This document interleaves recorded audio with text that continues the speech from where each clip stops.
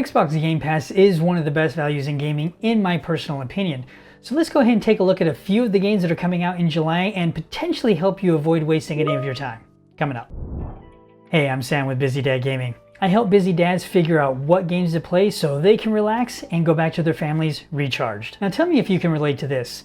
When was the last time you went and spent money on a particular game, got it home, and 30 minutes later you thought, wow, this was a poor life choice? I remember I used to go into like a Media Play or EB Games or GameStop, and I would look at all the different video games, and just based on the box art alone, I would go ahead and buy that game and take it home. Now this is actually how I found some of my favorite bands and one of my favorite video games, Ninja Gaiden. Clear back on the NES days, I just saw it sitting up there with the Ninja on there, and I was just like, wow, that's the coolest thing ever. So I went ahead and bought it, and lo and behold, it was awesome. That is not the norm though.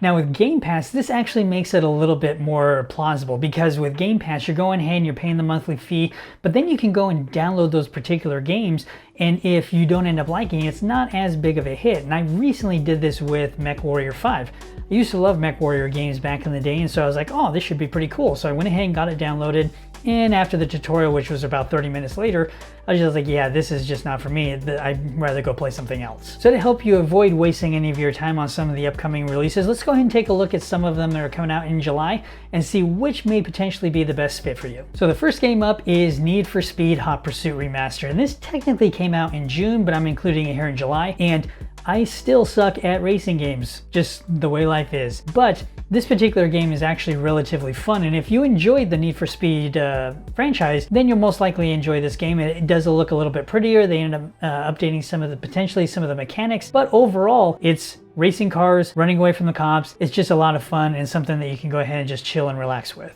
The next game up is Limbo, and this says is coming out on July 1st, and it's actually been part of Game Pass in the past. But this is a particular game that is a platformer, and I haven't had a chance to play it yet, but it is one of those games that has gotten a lot of accolades. A lot of people really enjoy it. And it is currently on my backlog of games that I really want to play. There's just other things that are currently in front of it, but I will eventually get to it, at some point. Now, of all the games that I'm actually talking about here coming out in July, this next one, The Ascent, comes out on July 29th, and it's the game that I'm looking forward to the most. Just to read its synopsis, The Ascent is a solo and co-op action shooter RPG set in a cyberpunk world. The mega corporation that owns you and everyone, the Ascent Group, has just collapsed. Now, once I saw this gameplay, and I saw it during E3, I instantly got excited. It looks like one of those kind of mishmashes of current and retro feeling vibes, and just the overall story. It looks kind of cool, so I'm kind of curious to see how that all plays out. But it is one of the games that I'm looking forward to the most here coming out in July. And last but not least, you have Flight Simulator, and this one, even with my RTX 3080, that game brings almost anything to its knees. And so in this particular case, getting it to run on a Series X or even a Series S for that matter, I am very impressed with. Now, I haven't had a chance to really dive wholeheartedly into this particular game on the PC. It is something that I've only kind of dabbled with so far, but just being able to sit there,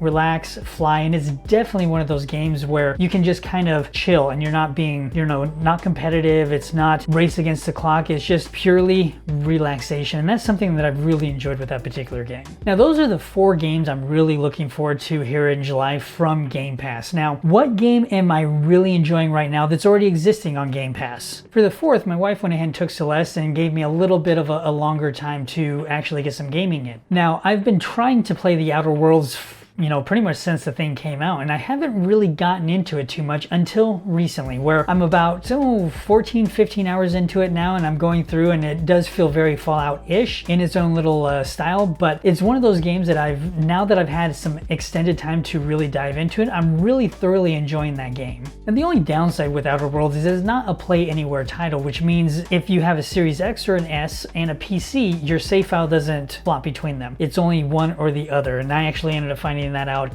purely by accident. So Game Pass Ultimate, you have Outer Worlds is actually leaving. Outer Worlds is on both PC and Xbox, and so I was like, oh, I'll go ahead and play it on my PC today, and yeah, no save file across that. So that's actually how I found out about that. Now, those are some of the games I'm looking forward to here in July, and the Game Pass game that I'm most recently really enjoying. Stay tuned, coming up soon, I'll be looking at the Seagate expansion card and what my overall experience is with it. But until then, go ahead and check out the best video that is recommended for you, and I'll see you in the next video.